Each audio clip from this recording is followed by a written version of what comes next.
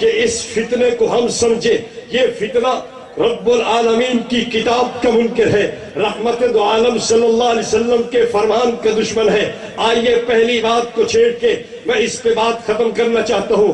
قرآن مقدس کے منکر یا تو وہ مشرکین نظر آتے ہیں، یا آج مجھے قرآن کے منکر یہ عہد کے بعد اہل بدعت نظر آتے ہیں۔ قرآن مقدس کے انکار کی تین صورتیں ہیں۔ قرآن مقدس کا سرے سے انکار کر دیا جائے، لیکن آج کا اہل بدعت یہ نہیں کرتا۔ دوسری صورت یہ ہے کہ قرآن پاک کے الفاظ کو سمجھ کر اس کے معنی کو بھی سمجھ کر لیکن معنی کے اندر تحریف کر دی جائے۔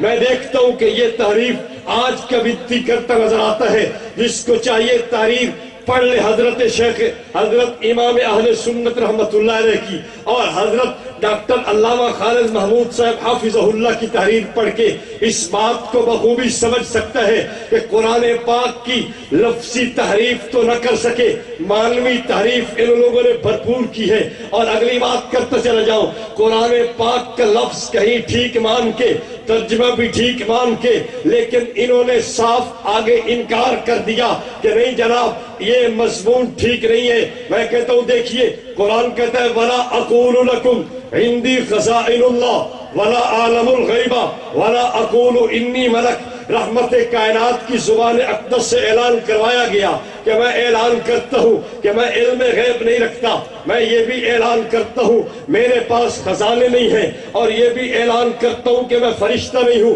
اٹھا مفتی احمد یار خان نعیمی، اس نے جال حق صفحہ 91 پہ لکھا کہ میں کہتا ہوں کہ میں علم غیب بھی رکھتا ہوں، میں خزانے بھی رکھتا ہوں۔ میں نے کہا قرآن کہتا ہے کہ میں علم غیب نہیں جانتا، قرآن کہتا ہے کہ میرے پاس خزانے نہیں ہیں، اور تو کہتا ہے کہ نہیں جی میں علم غیب بھی جانتا ہوں، میرے پاس خزانے بھی ہیں، تو قرآن کا انکار اور کیسے ہوتا ہے؟ میں نے کہا اگلی بات دیکھ، قرآن کہتا ہے وَلَا أَقُولُ إِنِّي مَلَكٌ کہ میں فرشتہ نہیں ہوں، لیکن تیرے علماء نے لکھا ہے، مولوی تیرا بہت بڑا جید عالم تیرا جناب غزالی زما اور راسی دورہ احمد سعید کاظمی مقالات کاظمی جلد 1 صفحہ 75 پہ لکھتا ہے کہ حضور کی خلقت نور سے ہے مٹی سے نہیں ہے۔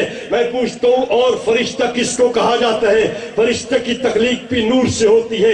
رحمت کائنات صلی اللہ علیہ وسلم کی تخلیق بھی اگر تو نور سے مانتا ہے مٹی سے نہیں مانتا تو پھر مجھے کہنے دینا کہ تو پیغمبر کریم کو فرشتہ مانتا ہے اور رحمت کائنات کو فرشتہ مان کر تو قرآن کی اس بات کا بھی منکر ہے۔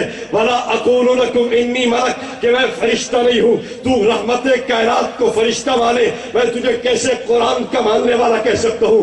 میرے دوستو قرآن کے انکار کی ایک اور صورت بھی ہے کہ قرآن کا لفظ بھی مان لیا جائے، قرآن کا معنی بھی مان لیا جائے، لیکن قرآن کے مفہوم کا انکار کر دیا جائے۔ خوارج یہ بدترین فرقہ وہی تھا جو قرآن کا لفظ مانتا ہے، قرآن کا معنی مانتا ہے، مفہوم اپنی طرف سے لگاتا ہے، کہتا ہے ان الحکم الا للہ، قرآن کے الفاظ پڑھتا ہے، معنی بھی قرآن کا لاتا ہے، لیکن مفہوم خارجی قرآن کا اپنا بناتا ہے۔ اس دور میں خارجیت کی میں کہتا ہوں بدترین مثال یہ رضا خانیت ہے۔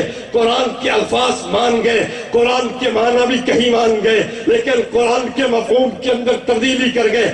آئیے دیکھیے قرآن کی آیت پڑھتے ہیں قل بفضل اللہ وبرحمتہ فبذلک فلیفرحوا کہ رحمت کے ساتھ خوش ہو جانا چاہیے، خدا نے جو فضل دیا اس پہ خوش ہو جانا چاہیے۔ لیکن میں سمجھتا ہوں قرآن پاک کے اس مفہوم کو انہوں نے یکسر بدل دیا، کہتے ہیں جناب اس سے مراد حضور رحمت کائنات ہے اور ان کی ولادت با سعادت پر پوری کائنات کے اندر جھڑیاں لگانی چاہیے، پوری کائنات کے اندر ڈھول بھی بجانے چاہیے، ان کے اندر جناب کائنات میں رقص بھی ہونا چاہیے، بھنگڑا بھی ہونا چاہیے۔ میں نے کہا میرا دوست اگر بات تیری سچی ہے پھر مولوی احمد رضا خان مجھے نظر آتا ہے نہ اس نے رقص کیا، نہ اس نے کیک کاٹا، نہ اس نے جھنڈیاں لگائی، نہ اس نے اتنے اہتمام سے یہ کام کیا جو تو کرتا ہے۔